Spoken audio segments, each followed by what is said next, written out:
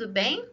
Nós vamos aproveitar a aula de hoje também para voltar na frente A e continuar nas nossas discussões sobre os circuitos elétricos. Hoje a gente vai ver pontes em circuitos elétricos e para isso eu vou fazer uma breve revisão sobre as associações de resistores e incluir a associação em forma de ponte. Vamos lá?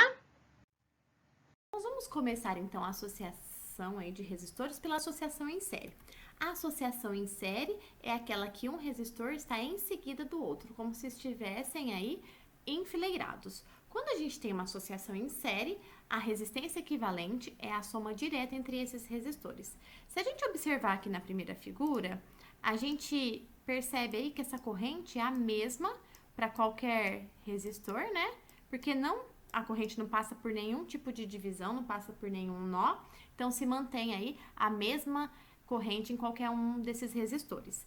A DDP acaba sendo modificada quando a gente passa pelo resistor, porque a gente tem aí diferentes terminais, vai ter diferença aí de potencial, e o potencial vai mudando assim que passa pela resistência, então eu vou ter diferentes DDPs relativas aí, né, e proporcionais ao valor aí que a gente tem de resistência no nosso circuito. Para cada resistência, então, eu vou ter um valor de DDP, e se eu somar todas essas DDPs, eu tenho aí a DDP total do nosso circuito. Se a gente for simplificar esse circuito aí, né, em relação à resistência equivalente, que é a resistência total do circuito, nós temos aqui na segunda figura, né, a corrente passando então aí para uma resistência só, que foi a somatória dessas três aqui, indicando que essa corrente e essa DDP são valores totais para o nosso circuito em série, lembrando que para cada resistência eu consigo calcular a DDP pela primeira lei de Ohm. Numa associação em paralelo, como o próprio nome já diz, uma resistência está paralela à outra. Como a gente pode observar aqui na figura, a corrente ela passa por nós. E quando a corrente elétrica passa por um nó, a divisão dessa corrente proporcional ao valor da resistência que tem aí naquele fio. Lembrando que a somatória de cada uma dessas frações da nossa corrente dá a nossa corrente total. Então, pela lei de Ohm, sabendo que agora nós temos uma DDP que não muda, porque os terminais são iguais para cada uma das resistências, só a corrente que tem divisão agora, eu consigo achar a parcela de corrente que passa aqui, né? Lembrando lá que pela lei de Ohm, a DDP vai ser igual a resistência vezes a corrente. Então, se eu conhecer cada uma das minhas resistências, eu consigo saber qual é a parcela de corrente que passa em cada uma delas. Lembrando que a total vai ser a somatória de cada partezinha aí que a corrente foi dividida. Numa associação em paralelo, a resistência equivalente é dada pelo inverso, a soma do inverso aí das resistências, né? Então, 1 sobre a resistência equivalente é igual a 1 sobre a resistência 1, mais 1 sobre a resistência 2, e assim por diante, independente da quantidade de resistências que o nosso circuito possa ter. Nós temos alguns casos particulares. Se o nosso circuito tiver duas resistências, eu consigo usar aí essa regrinha do produto pela soma.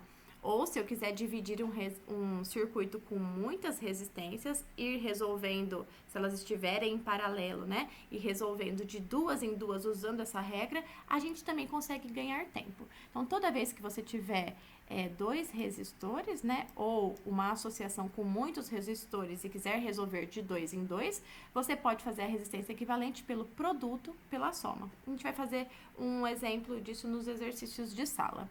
Outro caso bastante interessante aí, né, particular, é quando a gente tem uma associação em paralelo de muitas resistências iguais, ou de N resistências iguais.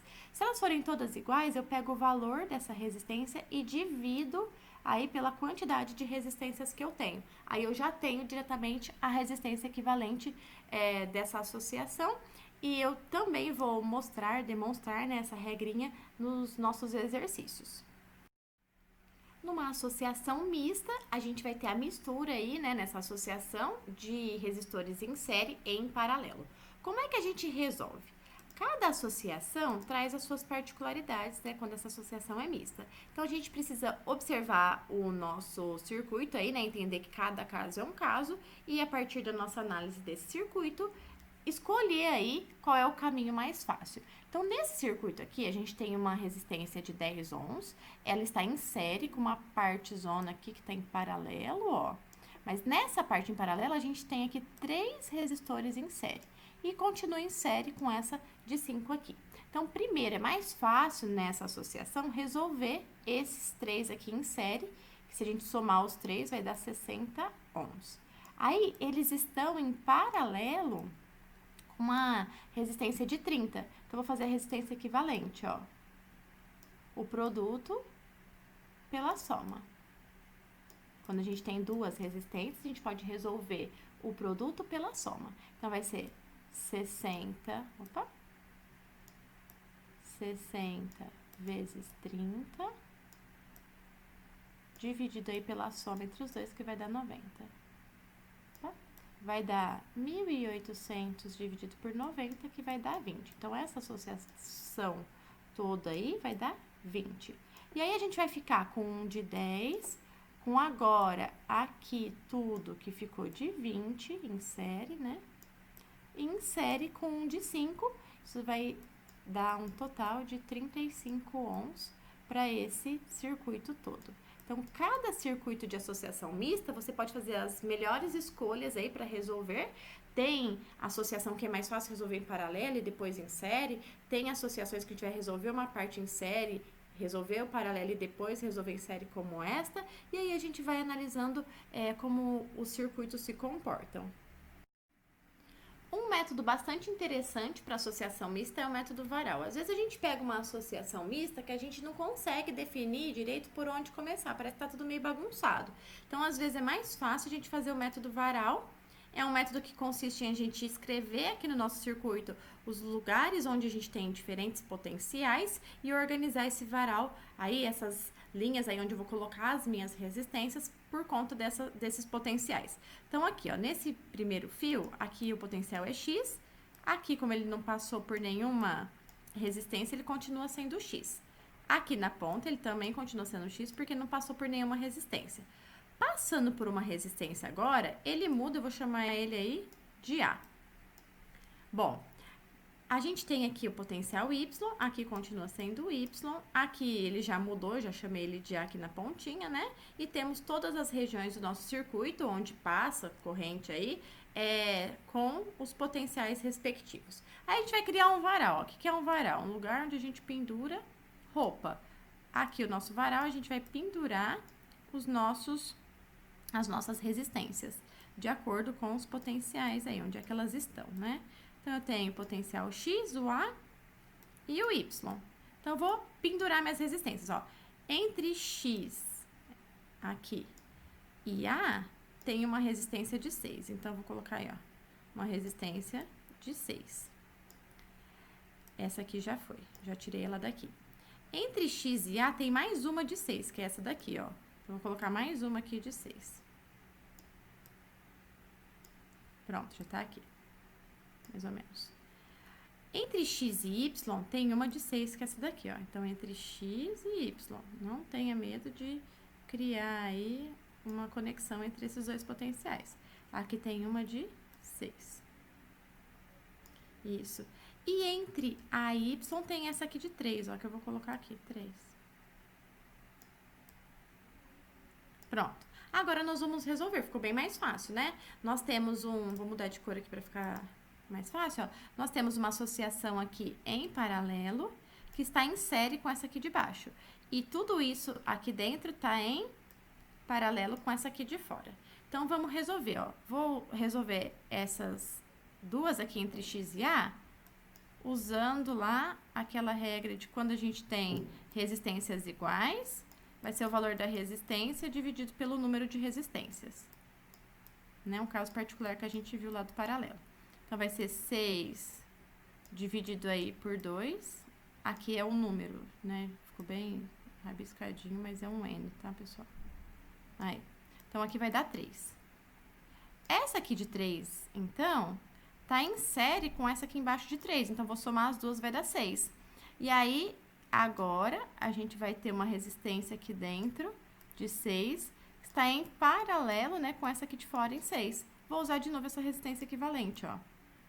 a resistência dividido pelo número de a resistência equivalente, né? É o valor de resistência 6, dividido pelo número de resistores aí, que são 2, vai dar 3 ohms. Então, fica bem mais fácil quando a gente pensa aí nessa mudança de potencial, né? E organiza por esse método conhecido como método varal. Um método bastante importante para o cálculo de uma resistência desconhecida é o método conhecido como ponte de Wheatstone. Quando a gente tem uma ponte, a gente tem uma situação de equilíbrio aí entre resistências e a gente pode fazer a multiplicação cruzada aí, né, dessas resistências como uma constante. Então, se a gente chamar aqui essa R4 de Rx, a gente consegue que a multiplicação de R2 com R3 seja igual a R1 pela Rx, e aí a gente consegue achar, então, o valor de Rx. Como é que isso pode ser entendido aí, né, nesse circuito? Quando a gente observa essa ponte de Wheatstone, a gente mantém aí, né, por conta da DDP que passa por essa resistência, regiões onde a gente consegue a mesma diferença de potencial. Então, essas regiões aqui são C e D.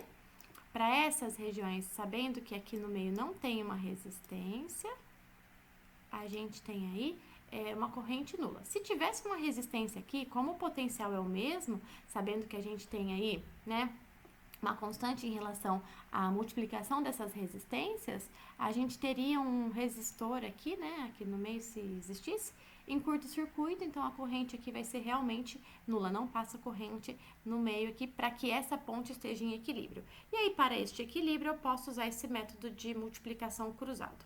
Se eu quiser descobrir qual é a DDP em cada uma dessas resistências, sabendo aí, né, da divisão dessa corrente, né, como é que essa corrente se divide em cada um desses resistores aqui, pela primeira lei de Ohm, eu consigo achar a DDP em cada ponto da minha ponte.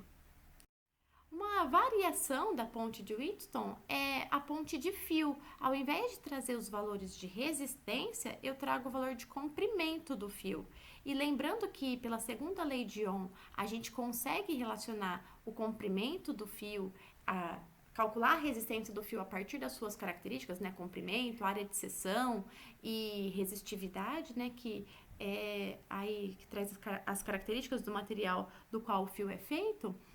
Sabendo que a área de seção do fio e a resistividade é a mesma para o mesmo material, a gente consegue relacionar então as resistências que nós temos com os comprimentos aí do fio. A gente tem um exercício de sala que a gente vai fazer exatamente essa relação. Então, aqui eu posso fazer a resistência 1 vezes o comprimento do fio 3 é igual a resistência 2 pelo comprimento que a gente chamou de comprimento 4, aí ou de resistência 4, né? E pensando, então, que a gente consegue relacionar com a segunda lei de Ohm, essas características do fio que nos ajudam aí a pensar, então, no comprimento.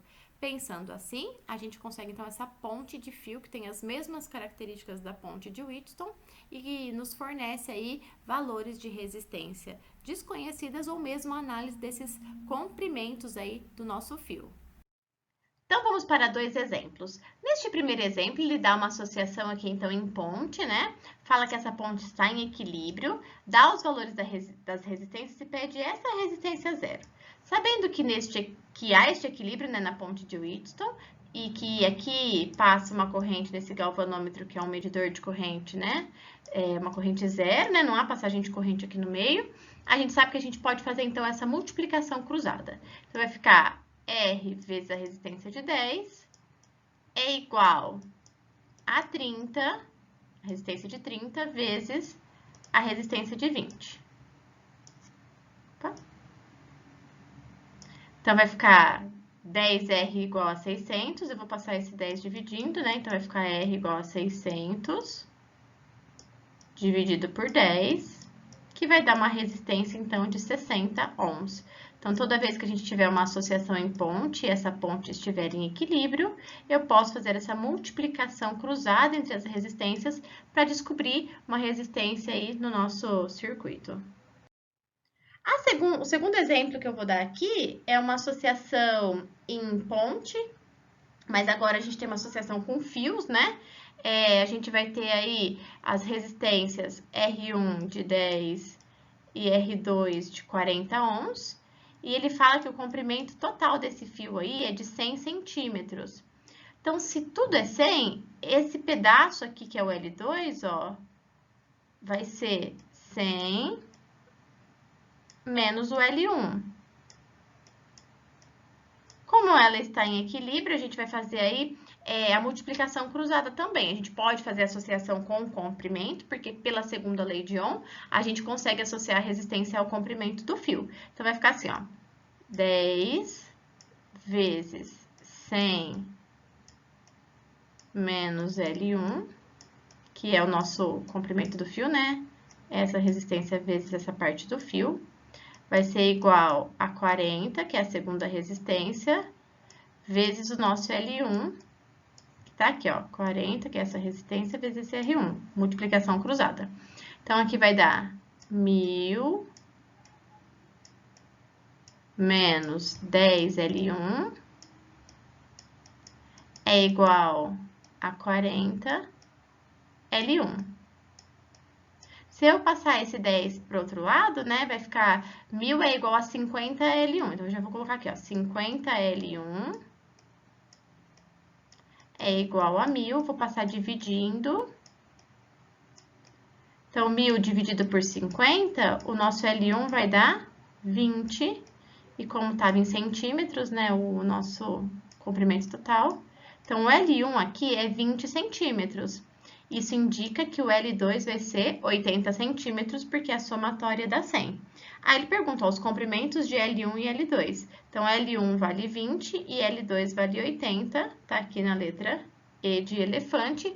E a gente fez essa associação pensando nesse esquema em fio, por conta aí da segunda lei de Ohm, ok? Então, na aula de hoje, a gente fez uma revisão sobre as associações de resistores para conhecer uma nova associação, que é a associação em ponte. Trabalhamos com a ponte de Wheatstone e a ponte em fio. Dei 2 exemplos e agora vou deixar alguns exercícios de tarefa para a gente treinar, tá bom? Os conceitos teóricos desta aula estão lá nas páginas de 20 a 23. E eu vou deixar os exercícios 1, 2 e 4 das páginas 26 e 27. Façam com bastante carinho.